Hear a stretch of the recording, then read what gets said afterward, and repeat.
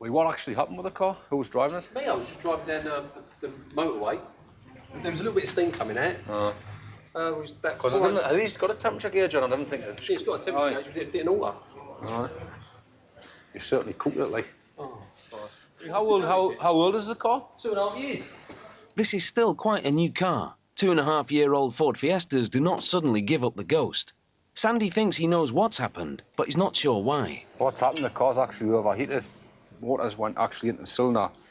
The pressure's come up, and the water's, when water compresses, it doesn't compress. It's shot the pistons back down. It's probably bent the valves, so the car's got lack of compression, which isn't a good sign.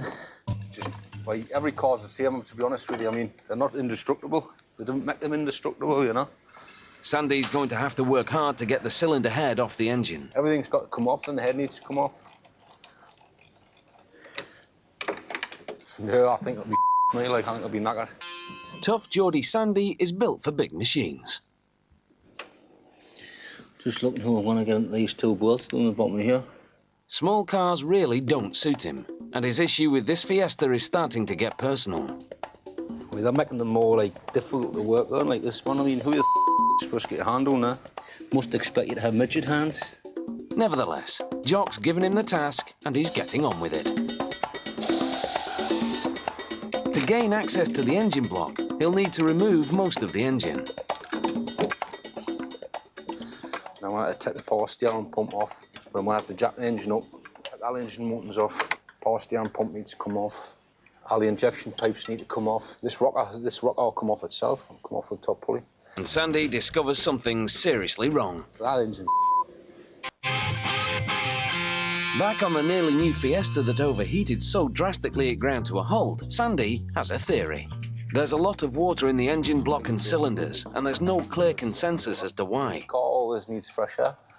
So what happens is, if you can, where the air intake is, if you can out the air intake and it sucks in water, it'll just suck in water. I mean, it just seems a bit conspicuous the way everything's full of water.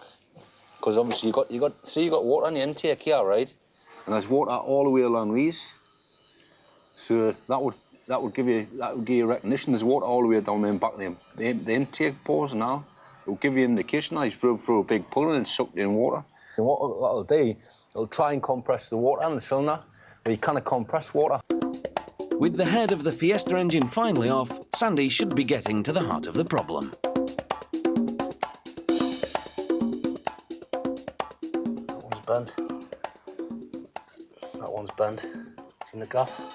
The gap there when you press on it. The cylinder heads are burnt beyond repair. This would certainly indicate overheating. So you have a look here. See the way it's worn the piston away there? It's actually blew a hole in the top of the bore. Yeah. With split and torn metal in the engine, this is one extraordinary case of overheating. So yeah, it's safe to say that engine's knackered. Needs a new one.